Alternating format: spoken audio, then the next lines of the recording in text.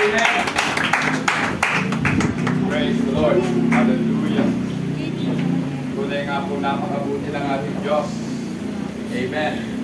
At alam ko po na napakalaki po ng impluensya ng pagkakilala po natin sa tunay at nag-iisang Diyos kung bakit po tayo ganito magpuri sa ating Panginoon.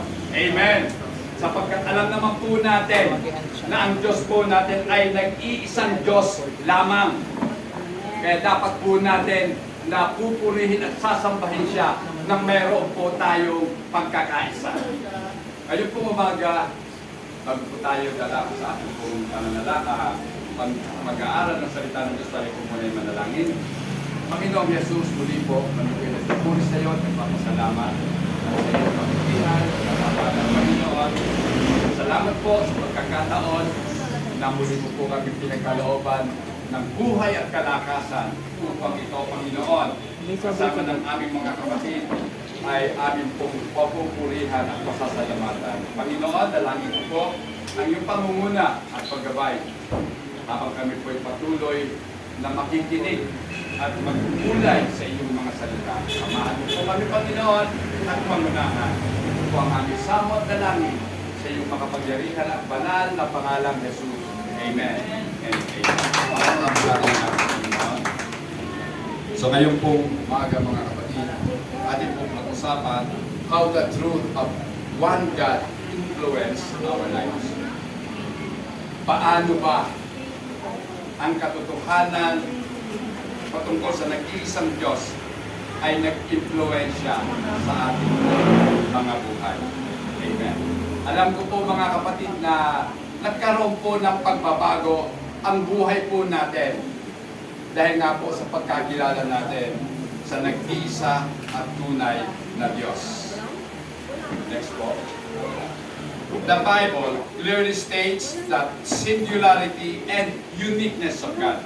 So dito po ipinapakilala po o ipinapahayag ng buong linaw ng Biblia ang kaisahan at ang pagiging kakaiba ng ating Diyos. Amen? Ang Diyos po natin ay unique. Ibig sabihin po ng uniqueness ay wala pong katulad. Amen? Kaya nga po, imposible po talaga na ang Diyos ay 3 in 1. Kasi kung wala pong katulad, eh paano po natin ibibigay sa Ama ang papuri na dapat pantay sa Anak at pantay sa Espiritu? Sapagkat sila ay magkakaiba. Yan po yung doktrina o aral ng Trinity. Bagamat sila ay isa, pero sila ay magkakaiba. So, ito po mga kapatid ang maliwanag kung napakalinaw. Ang Diyos po natin ay nag-iisa lang at unique mga kapatid. Maging sa Luma at Bagong Tipan, ang mga sumulat nito ay kinikilala at pinatutunayan na ang Diyos ay iisang Diyos. Amen. Ngayon mga kapatid, tunghayan po natin sa Old Testament. Doon po sa Isaiah chapter 45, verses 5 to 6. Pakibasa po sa Tagalog. Ako si Yahweh, ako lamang ang Diyos at wala nang iba. Alala kasi kita, kahit hindi mo ako nakikilala. Ginawa ko ito upang ako ay makilala mula sa silangan hanggang kanluran. At nakilala nila na ako si Yahweh, ako lamang ang Diyos at wala nang iba. Amen. So, maliwanag po na isinasaysay ng propetang si Isaiah na tanging si Yahweh lamang. Sabi dito, ako lang ang Diyos at wala nang iba. So pag sinabi pong walang iba, meron pa bang iba? Wala na. Kaya nga, wala nang iba eh. So, bakit kaya yung iba, binibigyan nila ng kakaibang paliwanag ang mga talata sa Biblia? Okay po. I am the Lord and there is no other. There is no God besides me. Sabi dito ng ating Panginoon. Walang ibang Diyos sa tabi ko. pag sinabing walang ibang Diyos sa tabi ko, eh di wala. Pero may kontrobersya dyan, mga kapatid. So, kaya ang sabi, uupo ang ating Panginoong Jesus sa kanan kamay ng Diyos. Doon pa lamang, nagmag-isip na kayo. Uupuan yung kanang kamay, eh di, kung matagal ang pagkakaupo sa kanang kamay, o sa kaliwa pala kung bilangin, sa kanang kamay ng Diyos, ano yun, di mangangawit na ang Diyos na ating Ama, kasi nakaupo yung anak sa kanan. At maliwanag ang sabi, walang ibang Diyos. Wala akong katabi. There is none besides me. Ang sabi po dito. Amen. Then, tingnan po natin. I will give you, though you have not known me.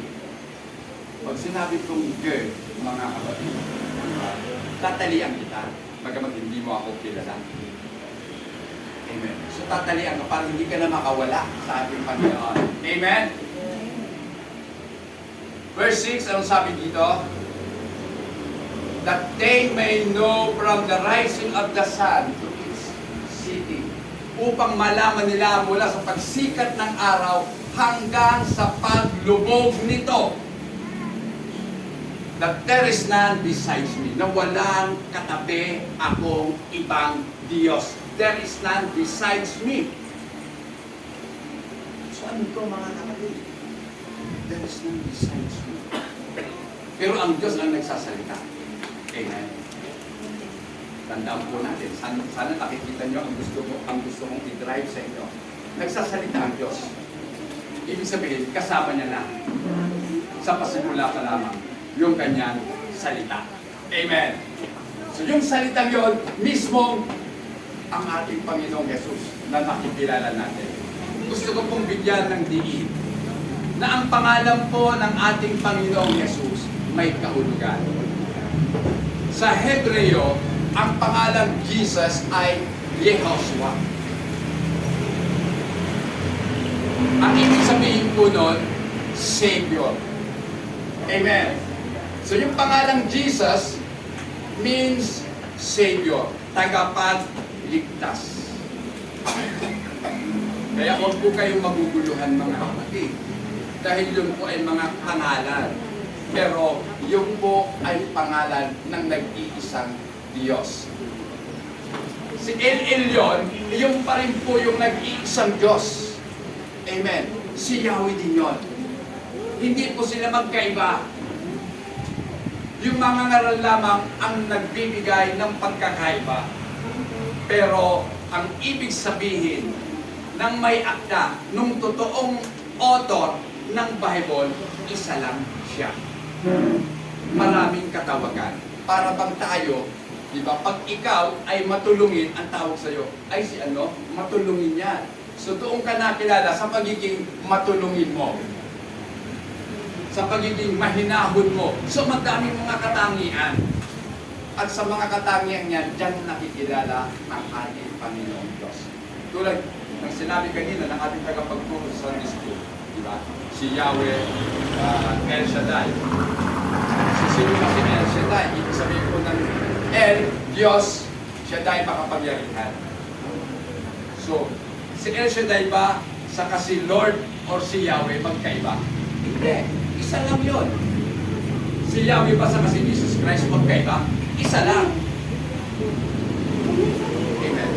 Kaya nga po, kinakailangan po talaga yung masusi at malalim na pag-aaral ng salita ng Diyos para hindi po tayo madaya. Okay, basahin po natin Hosea chapter 13 verse 4. Darang Yahweh, ako si Yahweh na inyong Diyos. Ako ang nagpalaya sa inyo sa inyong ako. Wala kayong mangungos pati ako. At walang ibang tagapagligtas maliban sa akin. Oh. Kita nyo na mga kapatid, ano sabi? Yet I am the Lord, your God. Ever since the land of Egypt, and you shall know no God but me. Wala kayong ibang dapat makilala kundi siya lang, ang Panginoon. For there is no Savior besides me. So yung Savior, nandoon pa sa lumang tipan, nandoon na. Wala pa si Jesus Christ, ang Diyos na ang tagapagligtas natin. Kung ang Diyos ang tagapagligtas at siya'y makapangyarihan sa lahat, hindi niya ba kayang iligtas sa pamamagitan niya ang mga tao? O kinakailangan niya pa magsugo ng iba para iligtas lamang? Isipin niyo na mga talaga baga na hindi kaya ng Diyos natin. Si Yahweh ba ay mahinang Diyos para utusan pa si Jesus para iligtas? O kaya ganito mga kapatid, si Yahweh na makapangyarihang Diyos, na nilikha ang lahat ng bagay sa pamamagitan ng mga salita. At yung salita niya ay siya mismo. Amen? So, at ang salita ay nagkatawang tao. Ibig sabihin, sa pamamagitan ng kanyang salita, siya ay nagkatawang tao. Amen. Para iligtas ang bayan. So pwede naman iligtas ng Diyos ang bayan kahit hindi na siya magkatawang tao. Tama? Pero hindi yun eh. Kasi hindi kailanman binabali ng Diyos ang kanyang mga salita. At alam po natin, sa lumang tipan, meron po talagang paghahandog na ginagawa ang tao para mapatawad sa kanilang mga kasalanan. Every year, lahat po ng tao sa Israel ay naghahandog. Depende sa estado ng buhay ang paghahandog. At sinabi ng banal na kasulatan, and once for all, inihandog ng Diyos si Jesus. Minsanan para sa kapatawaran ng lahat ng kasalanan ng mga tao. Maging ang tao noon, tao ngayon, at taong darating pa, nagawa na ang pagpapatawad dahil sa kamatayan ng ating Panginoon Yesu Cristo. Sa pamamagitan ng kanyang dugo, nagkaroon ng kapatawaran ng ating mga kasalanan. Okay, sa New Testament mga kapatid, may sinasabi po si Apostol Juan at si Santiago patungkol sa ating Panginoon. Okay, pakibasa po. John 17:3. Anong sabi doon? John 17:3. At ito ang buhay na walang hanggan, kung makilala kanila na iisang tunay na Diyos at si Yesu Cristo na iyong sinunod. Yan. So, and this is eternal life. At ito ang buhay na walang hanggan, ang makilala kanila. So mahalaga mga kapatid, na tayo po ay dapat lahat nag-aaral para makilala natin ang tunay na Diyos. Hindi mo makikilala ang Diyos kung hindi ka mag-aaral. Katulad ng ginagawa ng mga bata ngayon, kung hindi sila mag-aaral, ano ang kanilang matututunan sa buhay? Hindi ba wala? At kung hindi ka mag-aaral ng salita ng Diyos, anong patungkol sa Diyos ang malalaman mo? Hindi wala din. Amen. Kaya mahalaga, magbasa, manalangin, makinig. Amen. Ang problema, mga kapatid, eto na. Sasabihin ko sa inyo, ang napakalaking problema ng mundo. Ang cellphone.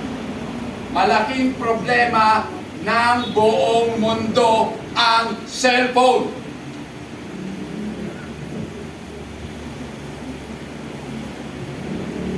Diba? Alam niyo ba yun? Na doon po sa Amazon jungle, sa Brazil, marami pong tribo doon kasi Amazon yun eh.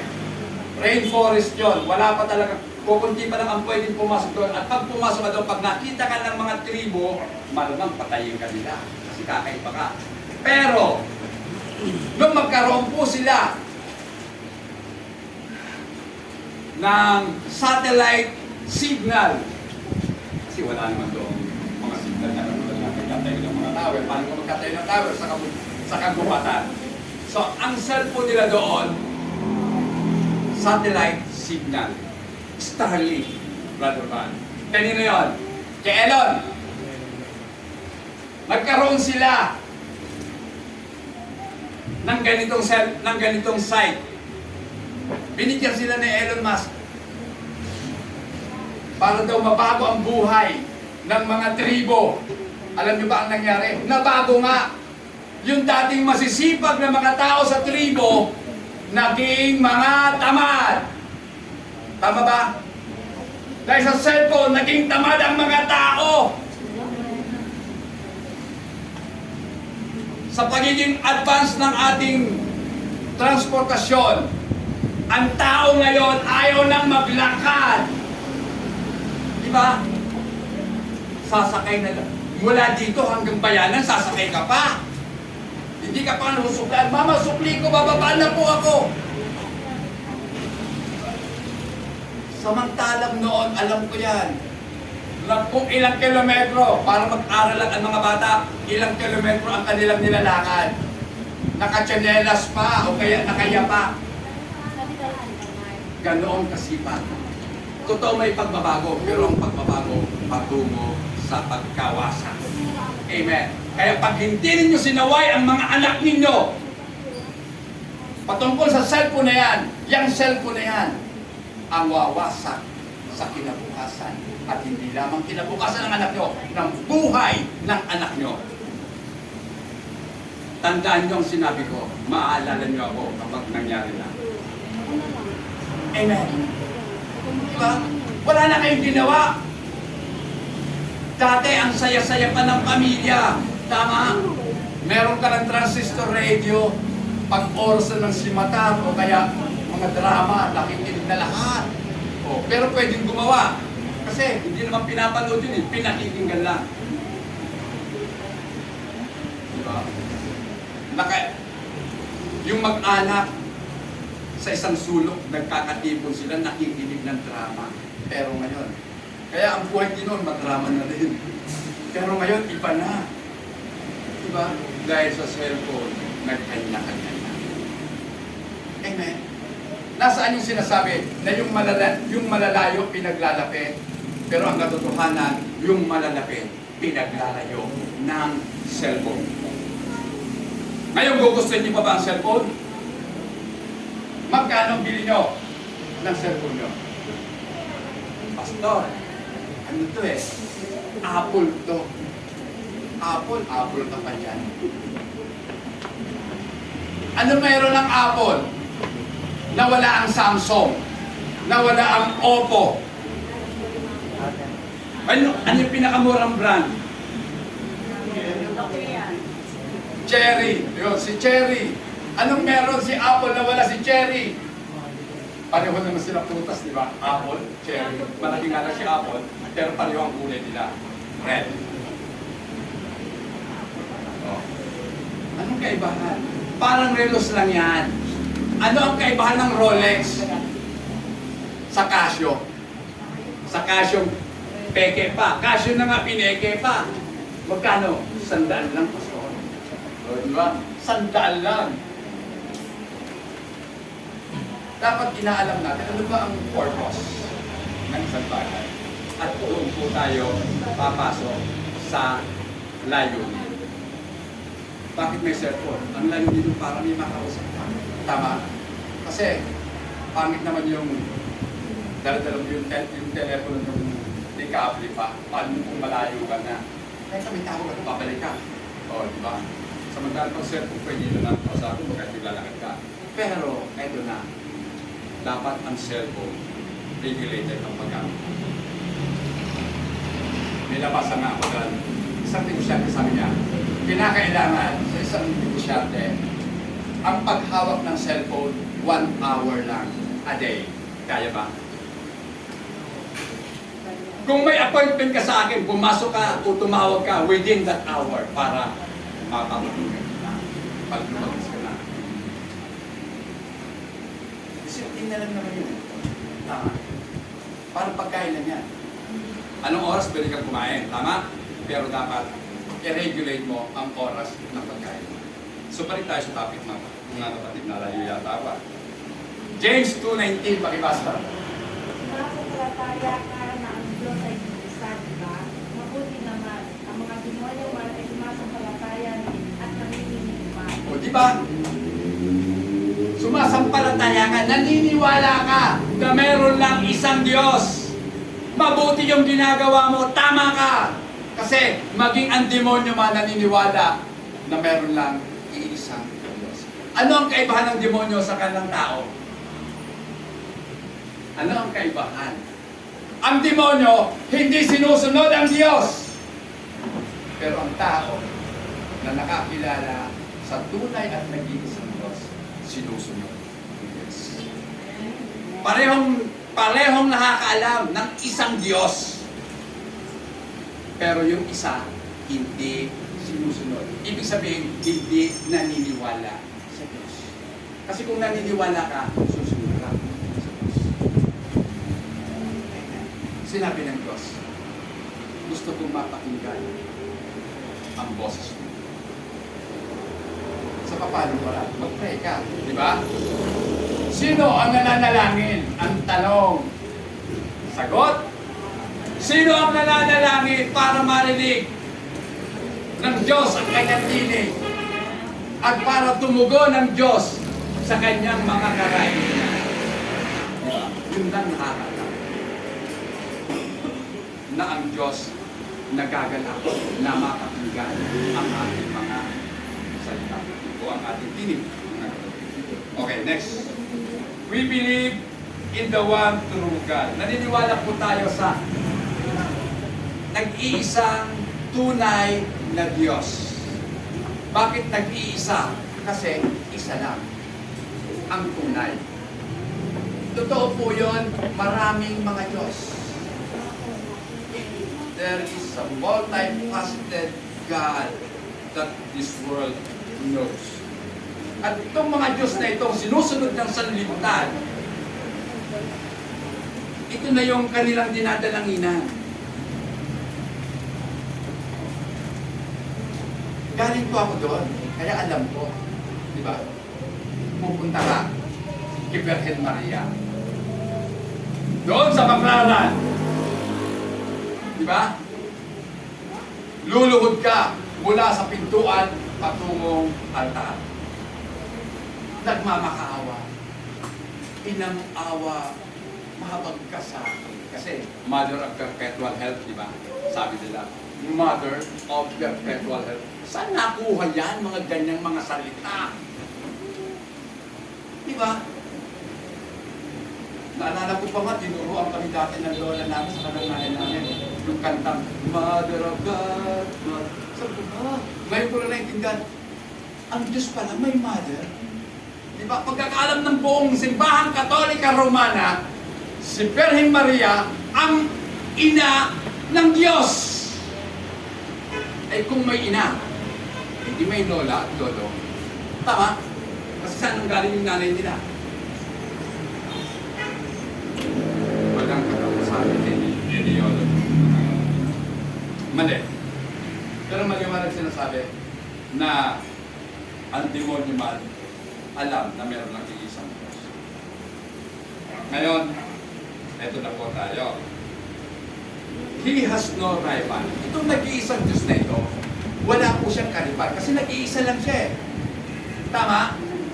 Pero kung tatlong persona sila, magkaribal silang tatlo. At tayong mga tao, tayong mga Kristiyano, dapat maingat tayo sa pagbibigay papuri sa tatlo. Dapat pantay-pantay na pupuri mo. Papuri sa Ama, papuri sa Anak, papuri sa Banal na Espiritu. Kung sabi mo, praise the Father, praise the Son, praise the Holy Ghost. Gusto, tingnan lang. Bakit may Holy Ghost pa? Ano yung banal na multo? Kasi ang ghost, ano ba sa atin ang ghost? Di pa multo? O kaluluwa?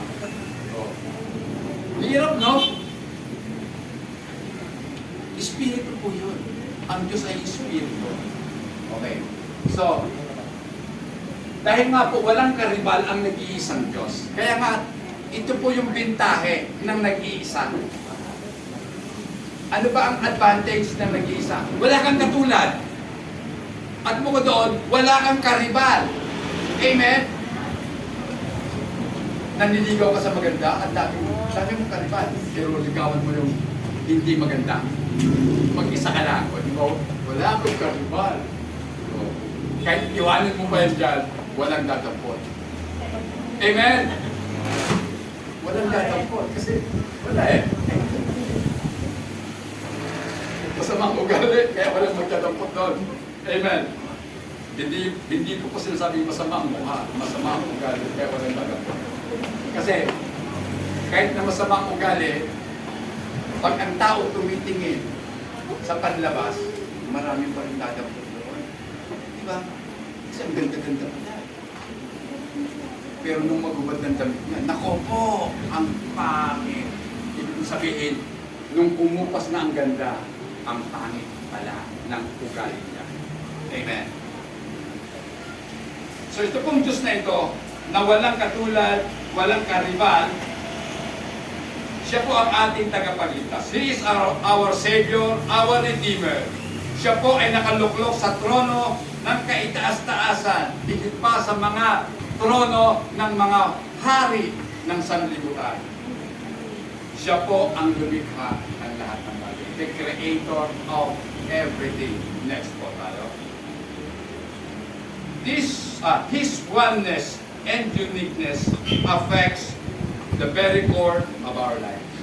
So ang pagiging isa nito at ang pagiging iba ng Diyos natin ay malaki ang naging epekto sa core. Pag sinabing core, sa pinaka sentro ng ating buhay, sa puso natin. The number one represent uniqueness. Diba? Pag sinabing one, nag-iisa lang, walang katulad, kaya unique po siya. Amen. Kaya ang Diyos po natin walang katulad. Kaya yung awit po natin, wala kang katulad. Kung naalam po natin ang katotohanan, habang inaawit mo yan, dapat naglalaro mo sa isip mo, ang Diyos ko ay walang katulad, naiiba sa lahat. Amen. So, ang number one ay ordinal.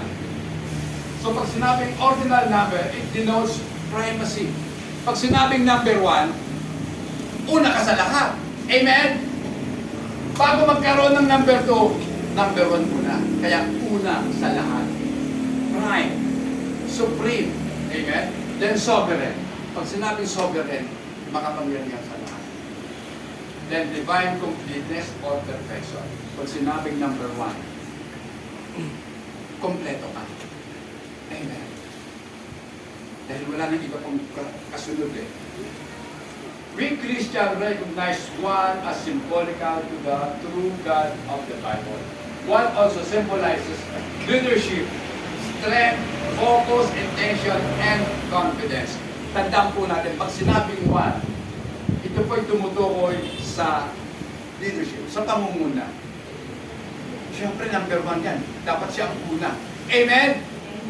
Meron bang number 2 nangunguna? Dapat number 1. Amen. Kaya ang Diyos po natin, siya ang una sa lahat. Amen. Then, ito po'y sumisimbolo din po ng lakas. Diba? Parang, pag ikaw ang number 1, napakalakas mo. Kasi walang dumaing sa iyo. Amen? Walang dumadaing sa iyo, kaya napakalakas mo. Then, focus. Subukin nyo, kaya mo bang mag-focus sa tatlo? Hindi na focus yun. Amen? Magpo-focus ka lang sa isa. Amen. Then, intention. Kung marami kang gustong gawin, gagawa mo na lang. Sa palagay ko, hindi. Kasi kinakailangan yung intention mo, isa lang. One at a time. Tama? Kasi hindi mo naman pwedeng pagsabay-sabay. May kasabihan na tayo sa Pilipino, di ba? Hindi pa pwedeng mamangka sa dalawa. Sabi, isa lang. Amen. Then confidence. Pag sinabing confidence, mga kapatid, merong kang katiyakan sa nag-iisang Diyos. Amen?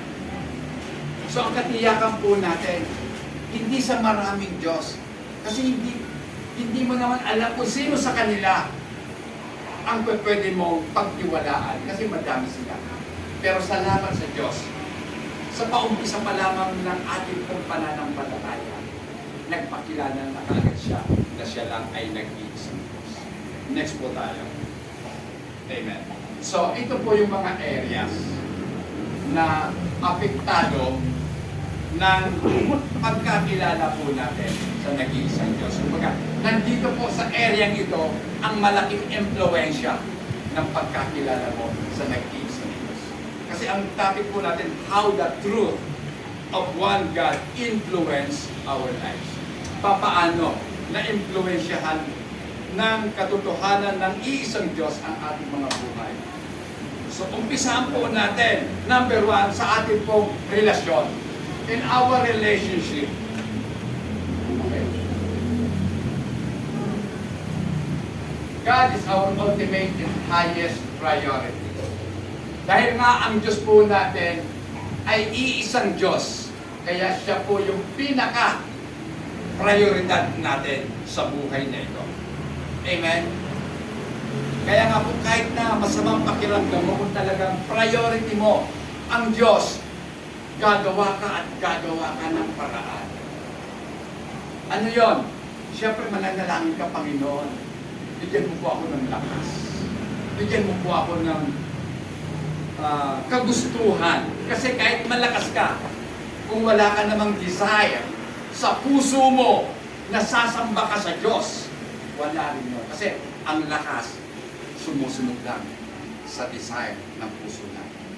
So, eto po ang mga dapat natin gawin. Start the day with God. Umpisahan ang araw sa Diyos. Amen? Yung pang pagdilat ng mata mo, pagbalik ng olirat mo, kasi tulog ka eh, wala ka sa sarili mo nun, tulog ka eh. So pagbalik ng olirat mo, salamat Panginoon. Di ba? At ako'y buhay. Starting the day with God. Then, pag nakapag-start up ka na sa Diyos, then spend the whole day with God. Di ba? Gugulin natin ang buong araw natin, ang buong maghapon na kasama ang Diyos. Huwag mong aalisin sa isip mo at sa puso mo na habang nabubuhay ka sa buong maghapon, kasama mo ang Diyos. Then, sum up the day with God. Bago ka matulog, isum up mo na. Kwentahin mo na lahat. Panginoon, salamat. Ako'y pinagbubayan mo kanina, kaya ewan mo ako ngayon. Diba? Marami akong na-accomplish sa buhay ko. Diba? Nakapaglaban, nakapagluto, nakapaglinis, nakapagmasahe sa asawa. Diba? So marami. Summing up the day with God. Pakibasa nga po, Psalms 27 verse 4. Kay Yahweh ay isang bagay lang ang aking nililin. Salamat talaga ang aking hanapin. Ang sinira sa templo niya habang buhay. Upang ang ganda ni Yahweh aking makamusgan. At buhay nililin sa kanyang pagkakas. Amen. So, napakaganda ng mga kapatid. One thing I have desired of the Lord. Isang bagay lang naman ang ninanais ko, minimithi ko para kay Yahweh, para sa akin. Isa lang talaga ang hangarin ko. Ang tumira sa templo ng Diyos. Amen. Sa New King James Version, ganito po sabi, that one thing I have desired of the Lord, that I will seek, that I may dwell in the house of the Lord. Na ako'y manirahan sa tahanan ng Diyos. Amen. So, meron ba tayong ganitong hangarin sa Diyos? Na pagdilat ng mata mo, Panginoon, ito po ang gusto ko. Na sa buong maghapon, sa buong araw na to, lagi kitang makasama. Amen. Hindi ko i-entertain si kaaway. Amen? Priority kita, Panginoon. Upang ang kagandahan ni Yahweh ay aking mapagmasdan. Amen. Ang lalalim ng palangalita na ginagamit ng may akda ng awit. Ito nga po sa English, mga kapatid. All the days of my life to behold the beauty of the Lord. upang ating mapagmasdan ang kagandahan ng Panginoon. So, paano mo mamamasdan ang kagandahan ng Panginoon? Kahit na nga po ba, dilat na dilat ang mata mo, nakikita mo ang magagandang tanawin. Kung wala naman sa puso mo ang Panginoon, hindi ma-relate kung ano yung nakikita mo doon sa Diyos na gumawa ng bawat nakikita mo. Bakit kinakailangan mo pang pumunta sa Mount Pulag para lang makita mo yung Sea of Clouds? Pumunta ka na lang sa Tanay. Diba? Meron din sa Tanay. Hindi ka na kinakailangan umakit. Pwede, kung nakamotor ka, pwede umakit kung sa motor mo, makikita mo yung Sea of Clouds. At kapag nakita mo yun, diba? Hinahangaan mo yung mga nakikita mong tanawin. At sa paghanga mo, napupuri mo ang Diyos na lumikha nito. Amen. Akala natin ang Mayong Volcano lang ang halos perfect ko. Hindi po. Marami po nakatulad ng Mayon.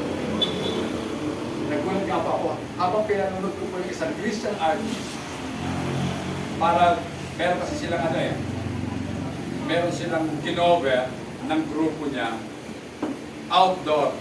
Tapos nakita, parang Mayon na. Nag-cover pa sila sa Alban. Pero bakit ang daming bundok na katabi? Yung pala din. Sa Costa Rica, mga kapatid, may ganun din. Mga perfect home.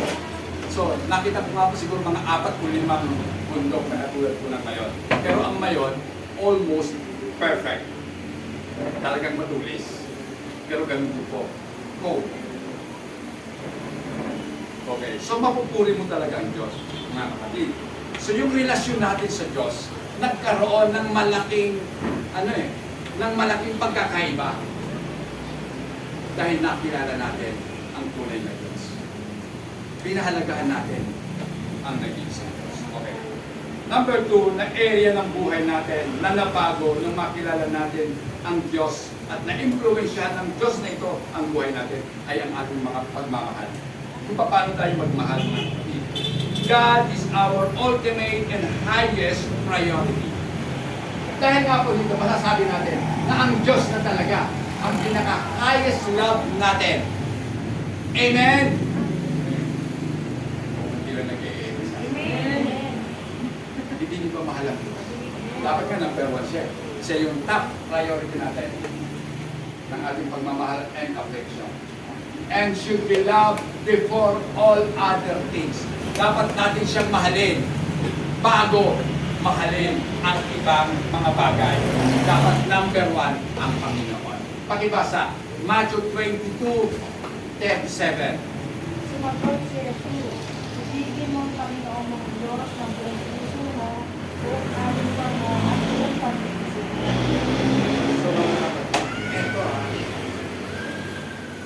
ang totoong pagmamahal sa Diyos ay pinapapalooban ng 3 bahagi ng ating pong pagkatao.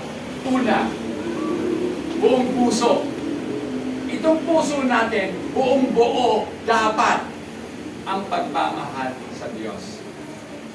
Hindi naman nangangahulugan, hindi na natin mahal ang ating asawa, hindi na natin mahal ang ating mga anak, hindi na natin mahal ang ating kapwa-tao. Ang ibig sabihin lamang po ng mga kapatid, ang Diyos ang siyang pangunahin ng ating puso. Then, buong kaluluwa. Wow.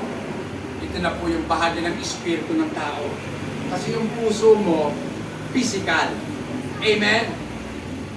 Then, pagdating sa spiritual, 2 espiritu yan kaluluwa at pag-iisip. Kasi ang isip hindi naman nakikita. Ang utak maaaring nakita kapag nawasak ang ulo, pero ang pag-iisip hindi kailanman makikita. Pero nakikita ng Diyos. At nalalaman ng Diyos kung ano ang laman ng ating mga isipan. Amen? Kung kayo po ay nag-TikTok, Tok-tok, kung kayo ng Panginoon. Kung kayo ba yung nag-TikTok, naisip ko ba ang Panginoon? I'm doing this for the glory of God. Talaga ba? Glory ng Diyos o glory mo? Sagot? Glory ba ng Diyos o glory mo? Bakit hindi natin mai-post ang salita ng Diyos? At kung nagpo-post kayo ng salita ng Diyos, siguraduhin ninyo na kayo mismo kumbinsido sa salita ng Diyos na sinasabi mo. Kasi pwede ka naman mag-post nun eh. Pero wala naman sa loob mo. Sabi ko sino sa loob mo. Ang tawag mo dyan, hypocrite. Amen! Maaring marami kang alam na talata, pero hindi mo naman ina-apply sa buhay mo. Walang kwenta. Amen! Ang daming mga pastor nagsasabi, nabasa ko na ang Bible. How many times I hear? Nabasa ko na. Sabi ko, buti pa kayo, nabasa ko na. Pero hindi ko na nakita sa buhay nila na ina-apply talaga nila yung salita nila. Amen. Diba? Hanggang ngayon, sakim pa rin sila. Laging hingi dito, hingi doon. Amen. Magbigay kayo. Ginamit pa ang Panginoon. Dinalakal pa ang pangalan ng Diyos. Magbigay kayo sa gawain at kayo'y pagpapalain. Mabuti na sa gawain. Sa bulsa pala ng mga mangangaral natin. Amen. Sabi nun. Diba? Saksi po ako dyan. Dati, wala pang sasakyan. Para magkaroon ng sasakyan. Ang bahaga ng mga magkakataon sa Panginoon. Pero ngayon, ano lang sa Panginoon? Diba? Kay Montero, kay Pajero, kay wala mo pa rin sa Pajero sa Pilipinas. Montero lang. O kaya Altera, Altera. Diba? Wala pa naman ako nakitang pastor na naka-ano eh. Na naka-approach din. Wala pa. Baka magkakaroon na. Pag si Manny Pacquiao naging pastor, pwede. Pero hindi niya naman ninakaw yung pera. Buwis buhay yun. Buhay ang kapayaran nito sa pagkakaroon ng pera. So mga kapatid, ito yun eh. Buong puso, buong kaluluwa, at buong pag-isip na mamahalin natin ang Diyos. Amen. Kaya ba natin buo para sa Diyos ibigay? Buong puso, buong kaluluwa, at buong pag-iisip natin sa Diyos.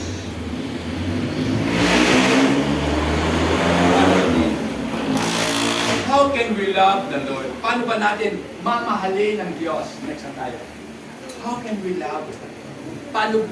Paano ko mapapatunayan? O ano ang gagawin ko para masabi ko, mahal ko nga ang Diyos? Ito number 1. Meditate on and memorize the Word of God. Pinagbubulayan ba natin ang mga salita ng Diyos? At bukod doon, serve and spend time with other people. Hindi mo ini-spend, hindi mo ginugugol ang oras mo sa ibang tao para lamang sa chismis. Kundi ginagamit mo ang time mo para sa ibang tao para paglingkuran sila. Amen? Halimbawa, may kapatid ka na nagkasakit. Siyempre, pag nagkasakit, hindi siya makakapagpilis sa bahay, hindi nakakapagpapag. Pupunta kayo, then tutulungan niyo siya sa mga gawaing bahay na hindi niya nagagawa. Kasi wala siyang kakainan ngayon. Magtulungan. Balang araw, kakailanganin mo rin siya. Amen. So, spend time with other people. So, wag po tayo makasarili na tayo lang ang inisip. Sarili lang natin. Spend your time with other people. Huwag kang magkulong sa bahay mo. Pumunta ka sa mga bahay mo. Kausapin mo sila. Then, seek God in prayer. Kung mahal mo talaga ang Panginoon, mag-pray ka sa Kanya. Kasi ang prayer po, ito po ay pagkilala na tayo po ay umaasa sa Diyos. Amen. That we are dependent on God. Amen. Then number 4, read your Bible. Amen. Ayaw na lang. Baka yung iba, magtataas na lang ako para hindi ako maiwan dito. Read your Bible every day. Amen? Nagbabasa po ba tayo araw-araw? Kung hindi pa, sumali kayo. O i-add nyo ako, i-friend nyo ako. Araw-araw po may nilalagay. Linggo lang ako walang nilalagay. Para pahinga naman tayo. Amen. Kasi meron tayo itong pagkasama. So, from Monday to Saturday, inilalagay ko po yun doon. Talata mula sa Lumang Tipan hanggang sa Bagong Tipan. Pag ginawa nyo po yan, religiously, mababasa ng Bible, ang buong Bible sa loob ng isang taon. Diba? Wala pang ang 20 minutes, tapos ka na sa lahat. O kaya mahaba-haba kasi yung panggabi. Mahaba yung panggabi kasi buong chapter, di ba? Pero mga kapatid, subukan nyo, basahin yung Bible. At tinitiyak ko po sa inyo, hindi kayo magsisisi. Number 3, worship. Punta na po tayo sa worship. Mababago ang worship natin dahil nga po sa pagkakilala natin sa Diyos. God alone should be worshipped and adored. No other being deserves to receive worship except the one true God. Walang ibang pwedeng tumanggap ng pagsamba kundi ang nag-iisang tunay na Diyos at siya lamang ang dapat natin sambahin. He must hold a primary place in our mind. Dapat siya ang nag-o-occupy ng pinakapangunahing pwesto sa isip po natin. To worship anything other than, or more than, or alongside with true God is idolatry. Amen. So kung meron ka pang sinasambang iba, bukod sa ating Panginoon na si Jesus Christ, meron ka pang ibang sinasamba. Kanino ka pa pumupunta? Pumupunta ka sa may Malacanang. Anong simbahan meron sa tabi ng Malacanang? Alam niyo ba yun? Saint Jude. Oh, Saint Jude, naalala ko doon. Noong araw, kinakaya ko yung mga kasama ko sa trabaho. Halika na. Ano tayo sa Saint Jude? Ha? Ano yun? Basta sama ka lang sa Saint Jude. Malapit din sa may gate ng Malacanang yun. Pupunta ka Saint Jude o kalalangin kay Saint Jude. Tuwing Miyerkules, punta sa Baclaran. Kanino? Kay Mother of Perpetual Help. Tuwing Friday, sa Quiapo naman. Oh. Ano yon? Idolatry po yun kasi ito na yun eh. Pasok ka dito. You worship anything other than o kaya more than. Higit pa sa ating Panginoong Jesus, marami ka pang ibang tinatawagan. Kay San Pedro, unang na lang sampahin, maging si Santa Clara at si Santa Claus. Amen. Di ba? Kasi basta mga santa pwede na. Sa Pilipinas, may mga santo na tayo. Sino ba yun? Oh? Hindi po. Italiano yun eh.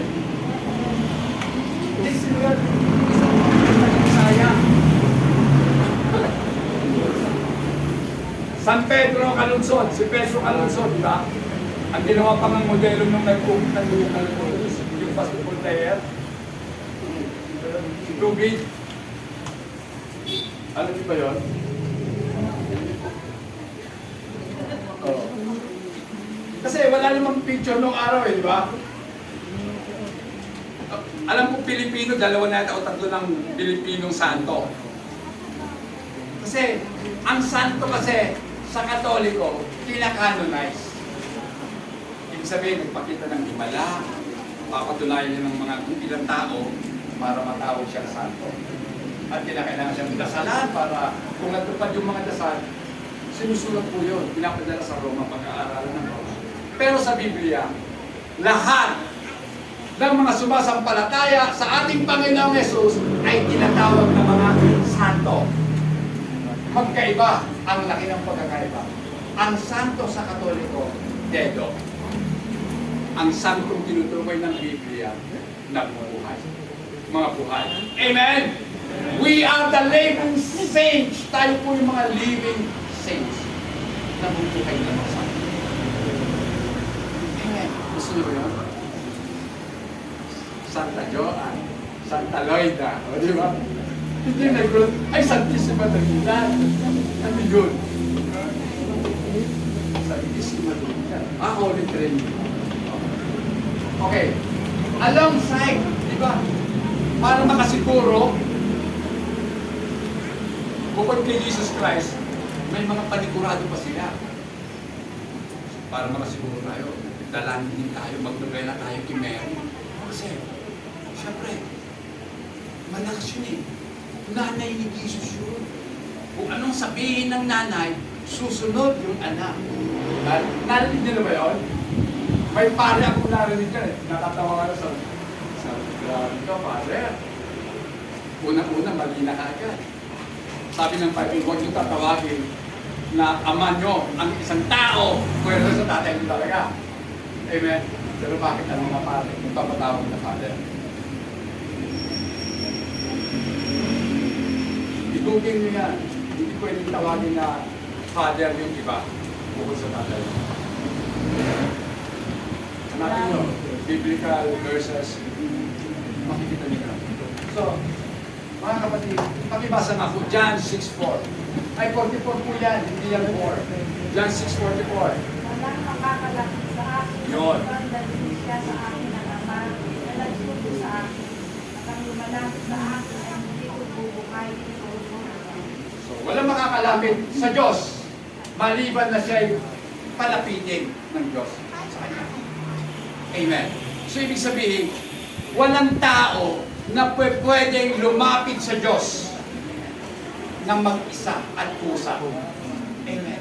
So, hindi tayo nagpusang lumapit sa Diyos.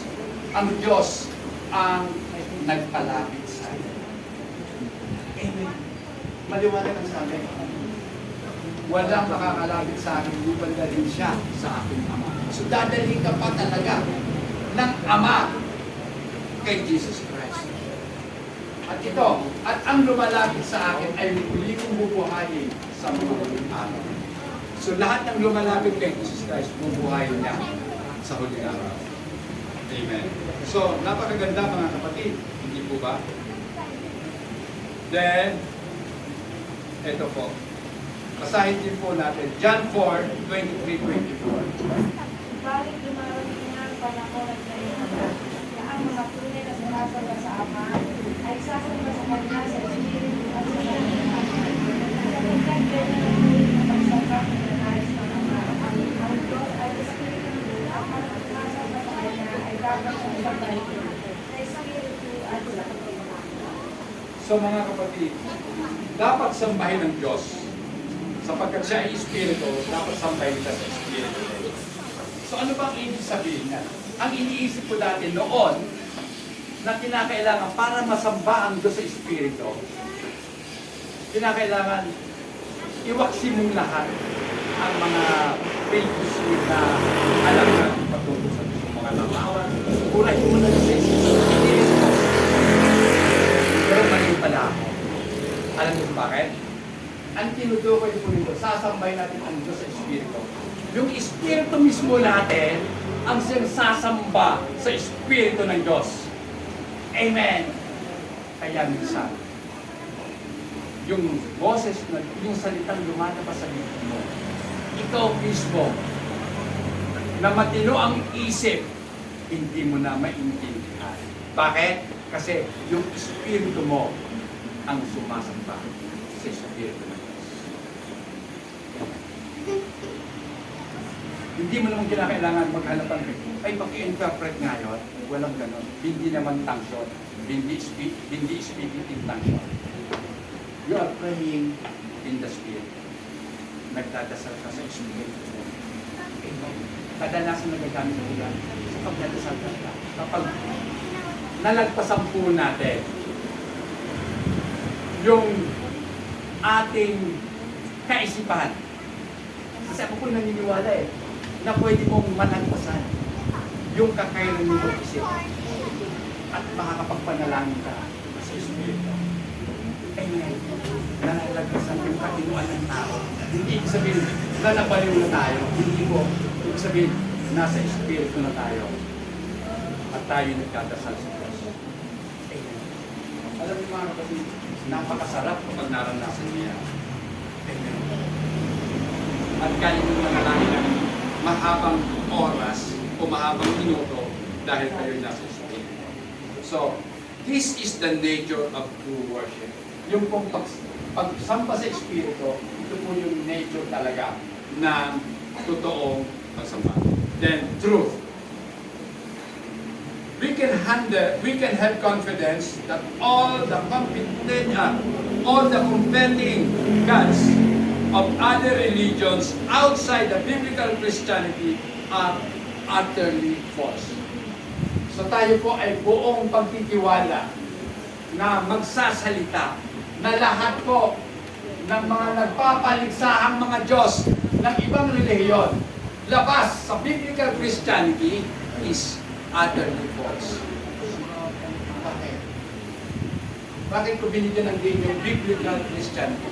Merong Christianity. Sa ngayon, nagkiklaim silang Christian sila, pero hindi biblical. Amen. Kilala nila ang Diyos, pero hindi ayon sa Bible. Christian sila. Kilala nila si Jesus Christ. Kilala nila ang Ama, kilala nila ang Banal na Espiritu, pero hindi sila biblical. Kaya meron po dyan, dinagdagan po ng biblical Christianity. These claims have no merit and are blasphemous against the true and living God. We are not intimidated by the culture. Hindi po tayo nai-intimidate. Kumbaga, ano ba yung intimidate sa Tagalog? Hindi tayo nabubulyo. Yan. Di ba, minsan iniinis ka ng sanlibutan. Hindi sila pinapatulan. So, ang culture po natin, nang iinis talaga. Di ba, nakikita mo naman, ang daming lumalabas ng mga hubad na katuruan. Maiinis ka. Dahil alam mong tama ka. So, nakikita mo, mas ina-appreciate ng tao yung mga huwad. Ngayon ko lamang naintindihan bakit ina-appreciate ng mga tao yung mali. Sapagkat yung mga tao nag-a-appreciate noon, sila din ay mga mali. Amen. Bakit gusto nila yung fake? Kasi very cheap. Tama? Fake nga eh, kaya cheap. Pero yung totoo, rare, mahal. May bayad. Amen. At anong bayad? Matindi ang bayad sa pagsunod sa katotohanan. Anong sabi ng Panginoon? Na kailangan i-deny mo ang sarili mo. Then, pasalin mo ang puso mo. Sumunod ka sa kanya. Diba? Matinding bayad yun. Hindi deny mo. Paano na lang rights ko? Diba? Karapatan ko yata yung ganito. Wala. Kung tutusin, wala naman tayong karapatan eh. Ano bang karapatan meron tayo? Pag-aari tayo ng Diyos. Tama? At kung pag-aari ka ng Diyos, kung anong sabihin ng amo, dapat sumunod. Amen? Kung sinabi, kahit hating gabi, punta ka dito, pupunta ka. Amo mo yun eh. Kaya mahirap pa yung mga in-house driver, yung driver na nakatira sa bahay ng amo. Pag gusto lumabas ng amo, alauna ng madaling araw, wala akong magagawa. Bumangon at pag-drive si amo. Amen. So, katotohanan. Pagpasa ba ako? John 8:32. Mamadali ko na. Kilala ninyo ang katotohanan at ang katotohanan ang magpapalaya. Yes. Makikilala ninyo ang katotohanan. You shall know the truth. Hindi po malalaman, kundi ang sabi dyan, makikilala. Sapagkat ang katotohanan ay hindi po kaalaman. Ang katotohanan ay persona. Kaya makikilala mo ang katotohanan at ang katotohanan ang magpapalaya sa iyo. Palalayain ka ni Kristo mula sa kung ano pa mang umaalipin sa puso mo. Amen? Okay, next.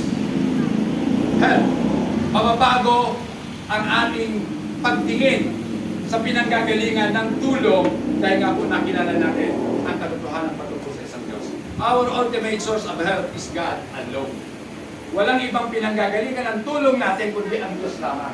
Yes, gumagamit ang Diyos ng tao at mga circumstansya para lamang mangyari ang kanyang kalooban. Psalms 121 verse 2.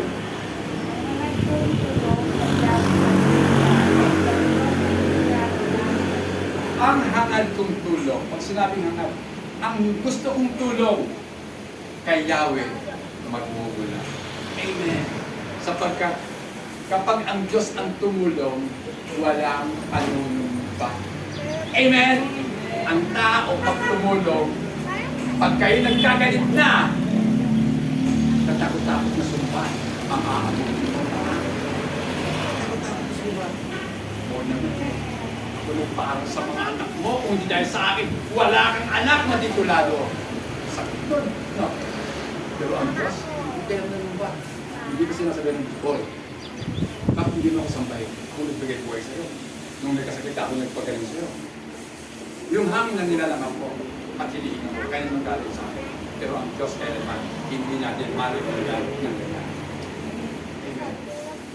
Kapag ang Diyos po natin, siya ang ng langit at lupa. Next. Prayer. Yes. Hindi na po tayo nananalangin kung kani-kanino pa.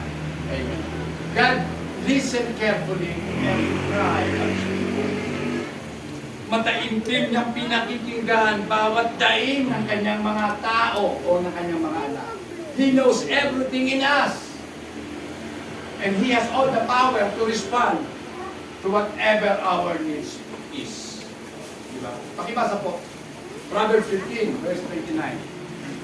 Pinapakinggan ni Yahweh ang daing ng makinig, ngunit ang pananawagan ng masama ay hindi iniisip. Kaya, magpakatuwid na tayo. Amen? Para mapakinggan ng Diyos ang ating mga karahingan. At kung mananatili po tayong masama, hindi niya maririnig ang ating mga karahingan. Then puntaan pa rin po natin Psalms 34:17. Ang God dinirinig daing ng pag-ibig, nililipat sila sa mga kamay. Kita nila, mga kapatid. Agad-agad, dinig ng Diyos ang dalangin ng mga matubig. Amen. Sabi ko nga po, wala akong alam na taong matuwid na namatay sa gutom. Amen. Walang Kristiyanong mamamatay sa gutom. Maniwala kayo. Kung namatay kayo sa gutom, isa lang ibig sabihin mo, hindi ka anak ng Diyos. Amen. Then, forgiveness. Tayo, okay. Forgiveness. The only one who can truly forgive and forgets our sin is our Creator and Savior. Ang Diyos, pag nagpatawad, himot. Ang utang. Amen? Sarap, no? Bakit tayo mga tao hindi kayo? Dapat ganoon tayo, di ba? Pakibasa nga po, Jeremiah 31:4. Hindi na nila kailangan turuan ng isa't isa at sabihin, kilalanin mo si Yahweh sapagkat ako'y makikilala nilang lahat mula sa pinakaaba hanggang sa pinakadakila sapagkat patatawarin mo sila sa kanilang kasalanan at kalilimutan ko na ang lahat ng kanilang kasamaan. When God forgives, He forgets. Okay, pakibasa. Sa bagong tipan, lagi natin bukang bibigyan. 1 John 1:9, ano sabi? Subalit kung pinamahalan natin ang ating mga kasalanan, napatawarin tayo ng Diyos na ito, at pininitin tayo sa lahat ng ating kasalanan, sapagkat siya'y tapat. So patatawarin ka sa lahat ng iyong mga kasalanan. Ayun yung forgiveness. Pastor, nasaan dyan yung forget. Eto, lilinisin niya tayo sa lahat ng ating mga kasalanan. Pag malinis na, nabura na. Eh bakit? Ano bang makikita? Wala na. So, pinatawad na, pinalimutan na. Amen. Then, lastly, judgment. Pagdating sa paghuhukom, iba na ang nakakaalam ng katotohanan. Okay? Ang sabi po dito, God is the only one who we are accountable to and the final judge in our life. Diyos lang ang nag-iisa na tayo po ay mananagot sa Kanya. Amen. Sa Kanya tayo accountable. Hindi naman sa gobyerno eh. Kasi, kung ang tao po, halimbawa, eto, kung ikaw ay public servant, siyempre accountable ka sa tao. Tama? May pananagutan ka sa tao. Eh, ang tao, mga hangal. Amen? Ang korte ng tao, nasusuhulan. Pero ang Diyos, who is the final judge ng buhay ng lahat ng tao, hindi mo kaya suhulan. Pakibasa, Mateo 25, 32-33. Sige po. Kunin sa harapan niya ang lahat ng mga bansa at sila'y kanyang pagtutugtog-tugurin. Tulad ng ginagawa ng paso sa mga tupa at mga kapatid. Ilalagay niya sa kanyang kanan ang mga tupa at sa kaliwa naman ang mga kapatid. So, titipunin sa harapan niya ang lahat ng mga bansa. So, meron talagang tinatawag na great gathering, pagtitipon ng lahat ng tao na nagmumula sa lahat ng bansa. At dito, titipunin niya at pagbubukod-bukurin. Ang alin? Ang tupa at mga kambing. Diba? Ang kambing siguro sa kaliwa, tupa sa kanan. So, at ilalagay niya sa kanyang kanan ang mga tupa at ang mga kambing sa kaliwa. Ibig sabihin, hinahatulan ang Diyos. Amen. So, kung gusto mong mapunta sa kanan, dapat maging mga tupa tayo. At ang tupa ng Diyos, nakikinig sa tinig ng Diyos. Amen. Pakibasa po, Colossus 3:23-24. Ano man ang iyong ginagawa, gawin mo ng buong puso na para sa Panginoon kayo naglilingkod at hindi sa mga tao. Sapagkat si Kristo ang Panginoon pinaglilingkod ninyo at alalahanin ninyong pagkakalooban kayo ng Panginoon ang daghil-palang inilaan niya para sa inyo.